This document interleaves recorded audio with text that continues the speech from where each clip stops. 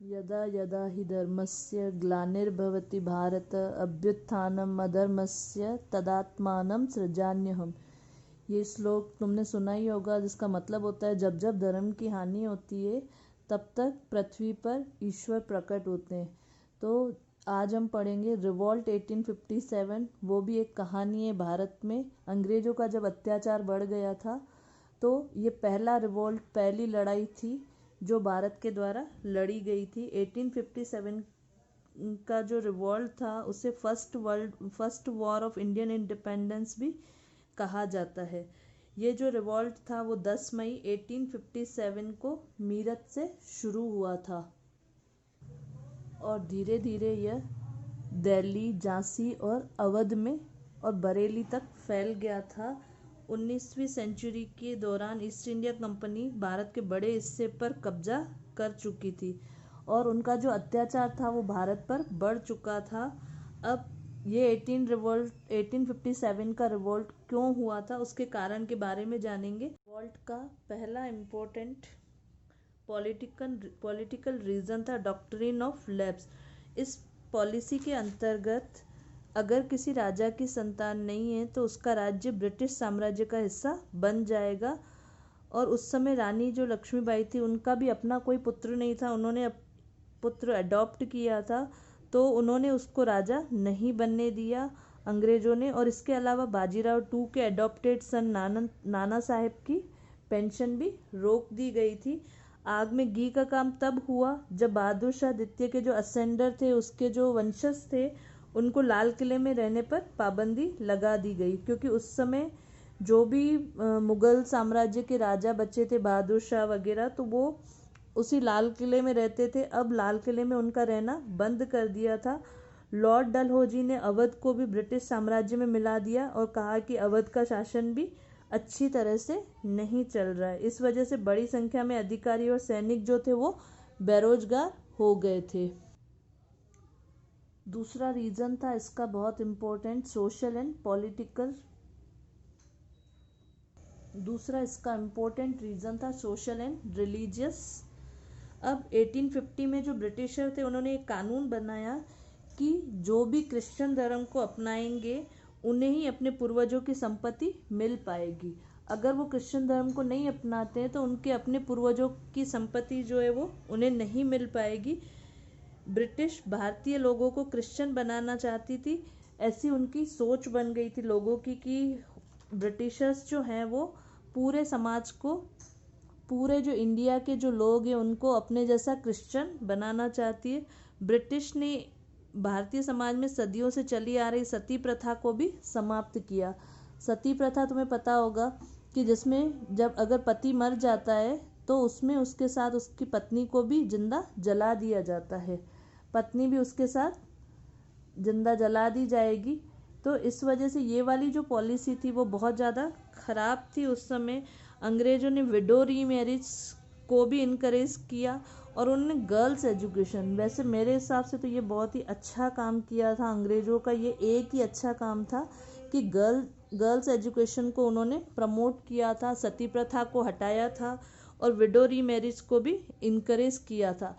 हालांकि ये उस समय के लिए अच्छा नहीं था, क्योंकि बहुत सारे भारतीयों को ऐसा लगता था कि जो ब्रिटिशर्स हैं वो उनके रीति रिवाजों को, उनके रिचुअल्स को समाप्त करना चाहते हैं। तीसरा इसका इम्पोर्टेंट रीज़न था इकोनॉमिक।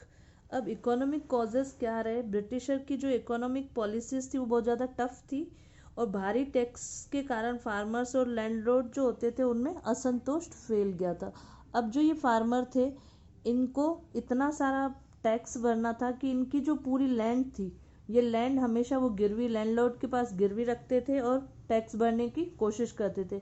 धीरे धीरे इन फार्मर्स की जो ये लोन भरने में जब ये असमर्थ होने लगे तो इनकी जो ज़मीन थी वो बेचनी पड़ती थी। अब ये जो फार्मर थे वो खुद ही लेबर बन गए थे, मजदूर बन गए थे और ब्रिटिश फार्मर्स को फोर्स करने लगे कि कमर्शियल क्रॉप जैसे इंडिगो और कॉटन ग्रो करो। अब कमर्शियल क्रॉप क्या होता है, ऐसी क्रॉप्स, ऐसी फसलें जिनका खाने के अलावा यूज़ होता है, जिनसे हम पैसे कमा पाएँ। अब ये कॉटन जो था, ये कॉटन का जो रॉ मटेरियल था वो ब्रिटिशर्स इंग्लैंड में भेजते थे। जब यहाँ से सामान इंग्लैंड जाता था तो उस पर कोई टैक्स नहीं होता था, बट जब वहाँ से रेडी गुड्स जब आते थे तो उनके ऊपर बहुत ज़्यादा टैक्स होता था। अब बहुत ज़्यादा टैक्स होने की वजह से ये यहाँ पर, अब हम पढ़ेंगे फोर्थ रीज़न, मिलिट्री कॉजेज़। अब मिलिट्री कॉजेज़ में क्या था, ब्रिटिश आर्मी में 87% इंडियन सोल्जर्स थे, पर उन्हें ब्रिटिश सोल्जर से कम पेमेंट दी जाने लगी और उन्हें हायर पोस्ट पर भी प्रमोशन नहीं दिया जाता था। 1856 में लॉर्ड कैनिंग ने एक नियम जारी किया था। उसके अनुसार सोल्जर्स को भारत के बाहर भी सेवा देनी पड़ सकती थी, मतलब वो समुद्र के पार भी जाकर अपनी सेवाएं देंगे, मतलब लड़ाई के लिए जा सकते हैं।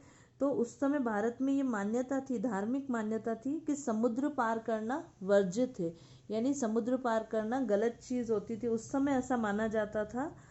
तो इस वजह से भी इनमें जो सोल्जर्स थे, इंडियन सोल्जर्स थे, उनमें असंतोष फैल गया। अब इसका फिफ्थ जो फाइनल इमीडिएट कॉज था वो पढ़ेंगे हम। पांचवा इसका प्रमुख कारण इमीडिएट कॉज, उसके अंतर्गत ब्रिटिश गवर्नमेंट ने नई राइफल इंट्रोड्यूस की थी, जिस राइफल को एनफील्ड राइफल के नाम से जाना जाता था, जिसमें ग्रीस कार्ट्रिजेस का इस्तेमाल होता था। अब ये जो नई राइफल थी उसको लोड करने से पहले जो फ्रेश कार्ट्रिज होती थी उसको मुंह से काटना पड़ता था, और उस समय ये अफवाह फैली हुई थी कि ये जो ग्रीस जो लगी हुई है उसके ऊपर, उस कार्ट्रिज के ऊपर, वो काऊ और पिग के फैट से बनी हुई है, उनकी चर्बी से बनी हुई है। इससे हिंदू और मुस्लिम दोनों की भावनाएं आहत हो रही थी, क्योंकि गाय हिंदुओं के लिए पूजनीय थी और पिग को मारना मुस्लिम धर्म में वर्जित था। तो ये सारे कारण रहे जिसकी वजह से ये 1857 का रिवॉल्ट हुआ था, और ये भारत की पहली लड़ाई, जो आज़ादी की पहली लड़ाई थी, वो शुरू हुई थी। अगर वीडियो अच्छा लगे तो आगे शेयर कीजिएगा। पढ़ेंगे इसका third reason, economic causes. Economic causes क्या रहे थे उस समय, ब्रिटिशर की जो इकोनॉमिक पॉलिसी थी वो बहुत ज़्यादा टफ थी। भारी टैक्स के कारण जो फार्मर्स और लैंडलॉर्ड थे उनमें काफ़ी असंतोष हो गया था। लोग टैक्स भरने में असमर्थ थे और टैक्स भरने के चक्कर में वे लोन हायर रेट पर ले लेते थे। अपनी जो लैंड होती थी वो लैंडलॉर्ड के पास गिरवी रख के और बहुत ऊंची रेट पर वो अपनी पुश्तैनी ज़मीनों को गिरवी रख देते थे, और जब वो लोन नहीं चुका पाते थे तो उनकी ये जो ज़मीन थी, पुश्तैनी ज़मीन थी, वो बेचनी पड़ती थी। इसी वजह से जो फार्मर थे वो अब वो मजदूर बन गए थे। ब्रिटिशर्स फार्मर को फोर्स करने लगे कि कमर्शियल क्रॉप्स ग्रो करो। अब कमर्शियल क्रॉप वो होती है जो खाने से रिलेटेड नहीं होती, उनसे दूसरी चीज़ें बनती है, जैसे इंडिगो हो गई, कॉटन हो गई। अब ये कॉटन ग्रो करके और ये सारा जो रॉ मटेरियल था वो इंग्लैंड भेजा जाता था। उसी समय इंग्लैंड में इंडस्ट्रियल रिवोल्यूशन शुरू हो चुका था, मतलब वहाँ पे बहुत सारी मशीनों का इन्वेंशन हो गया था, जैसे steam engine, flying shuttle, spinning penny आदि मशीनें बन चुकी थी। मशीनों के कारण हाथ से बनने वाली चीज़ें जो थी वो धीरे धीरे नष्ट होने लगी। ब्रिटिशर चाहते थे कि इंडिया से रॉ मटेरियल इंग्लैंड को मिलता रहे और तैयार माल भारत ही खरीदे। अब ब्रिटिशर ने इंडियन प्रोडक्ट जो इंग्लैंड भेजे जाते थे उन पर टैक्स इतना बढ़ा दिया कि इंग्लैंड के पीपल इनको खरीद ही नहीं पाए। अब जो भी सामान यहाँ से एक्सपोर्ट होता था, रेडी सामान, जो हैंडलूम का जो सामान बनता था, जो हाथों से बनता था, इंडियन जो वर्कर थे वो काम करते थे, अगर वो सामान वहाँ भेजा जाता था इंग्लैंड में तो उनको हाई टैक्स पे भेजा जाता था, ताकि वहाँ पर इन्हें कोई नहीं खरीद पाए, और वहीं ब्रिटिश गुड्स को इंडियन मार्केट में एंटर करने पर कोई टैक्स नहीं देना पड़ता था।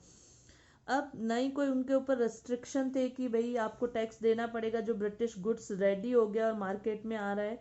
तो इंग्लैंड में बने सामान मशीन मेड थे, इसलिए वो बहुत ज़्यादा सस्ते भी थे, और इंडियन द्वारा बने हैंडक्राफ्टेड सामान, इसी वजह से इंडियन आर्टिशियंस जो थे, इंडियन क्राफ्ट्समैन जो हाथों से चीज़ें बनाते थे, उनको कोई काम नहीं मिल रहा था। तो इस वजह से वो ब्रिटिशर्स के पास ही काम मांगने के लिए जाते थे, तो ब्रिटिशर्स इनको अपना गुलाम बना देते थे।